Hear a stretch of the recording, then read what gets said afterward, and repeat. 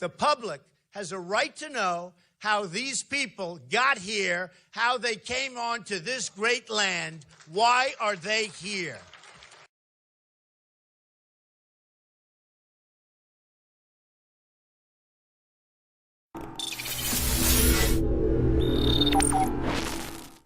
I've been covering the news on radio and TV for more than 21 years.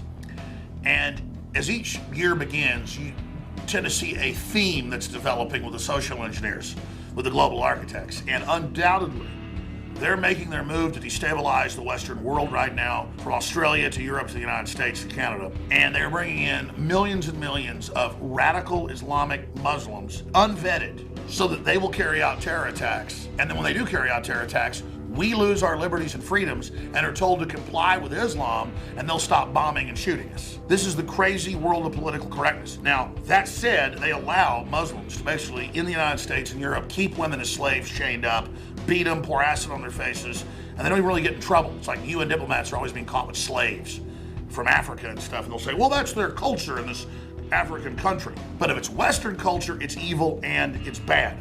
And going over some of these articles, recently the Pope and the top imam, the head imam in the world over Sunni Muslims, that's what Al-Qaeda is, met with the Pope at the Vatican. And you've got all this going on for the first time ever. When the Pope came out in a major Catholic newspaper, LaCroix, he said that he dreads talking about Christian roots of Europe and colonialist overtones. And Jesus was like ISIS, sending people out in the fields and to the four corners of the earth, and that we must have the Muslims breed with us, and that they're our new culture, and this is what we deserve because we've been bad. This is freakazoid to be told white people are bad, you're bad. I mean, this is what multiculturalism leads into, with the supposed leader of Christendom saying this, with Islamic State saying target the U.S., target Europe, start bombing us.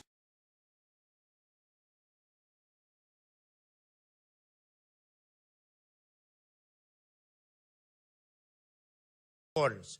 She has no clue, in my opinion, what radical Islam is, and she won't speak honestly about it if she does, in fact, know.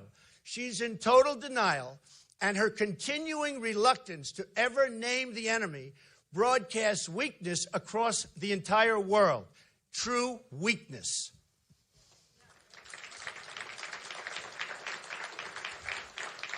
I don't know if you know this, but just a few weeks before San Bernardino, the slaughter, that's all it was, a slaughter, Hillary Clinton explained her refusal to say the words radical Islam. Here is what she said, exact quote: Muslims are peaceful and tolerant people and have nothing whatsoever to do with terrorism. That is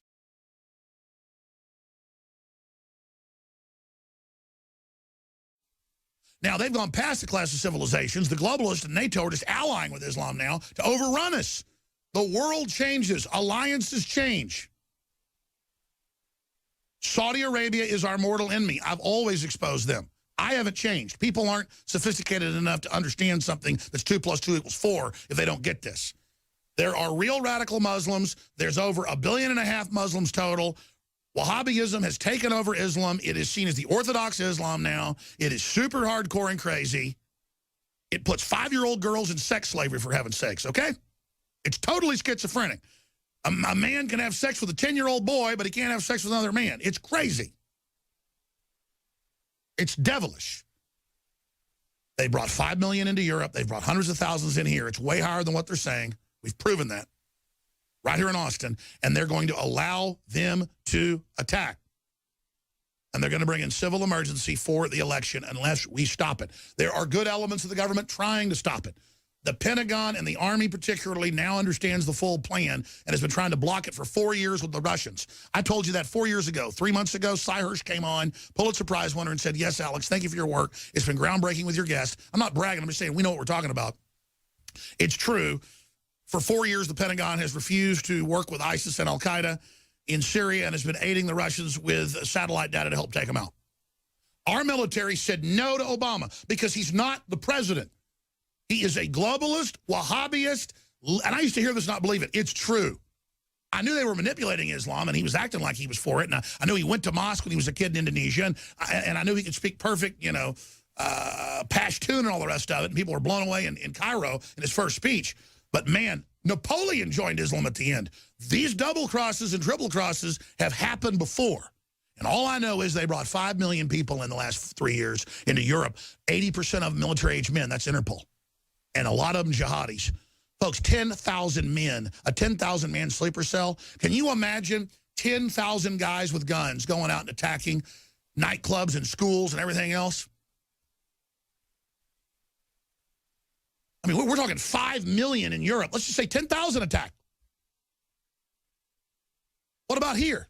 There are no-go zones all over Europe where our crew gets physically attacked and run out. And they say that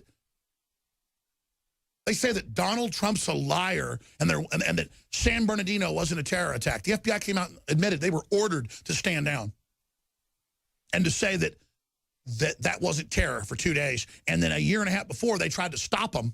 Those very two, they were going back and forth to Pakistan and to Saudi Arabia and were ordered to stand down. And a criminal investigation was started by the Obama Justice Department and Eric Holder against the two agents. They faced criminal charges if the panel found that they were being racist against the very people that went in there and shot all those folks. So people say, Alex, you say a lot of terrorists false flag. Yes, it's false flag for NORAD to stand down. It's false flag to give the terrorist visas. And I've interviewed the heads of the embassies and all of it. There are criminal elements working with radical Islam in our government. But it is a false flag in that our governments of Europe and the United States are bringing in record numbers, and the fake liberal pretty boy up in Canada, Trudeau, they're bringing them all in. And when they attack, they come out and say, it's your fault. It's your granddaddy's fault wearing the John Deere hat with his rifle. It's your fault, the veteran, the gun owner, the patriot of every race, color, and creed. They're putting the guilt on us, the outrage, the arrogance, the insolence of these people. And then they have an imam in Orlando on TV saying the gays deserve this. It is written we must kill them. And it is written you must kill them. I mean, this is so crazy. This is so out of control and so mentally ill. But this is how America falls. They bring these people in, they let them attack. Then they declare civil emergency and say, you're not allowed to talk like you are anymore. You stirred up the Muslims.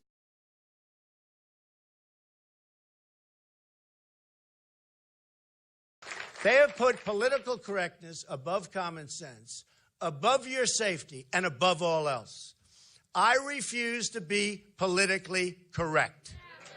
The public has a right to know how these people got here, how they came on to this great land. Why are they here?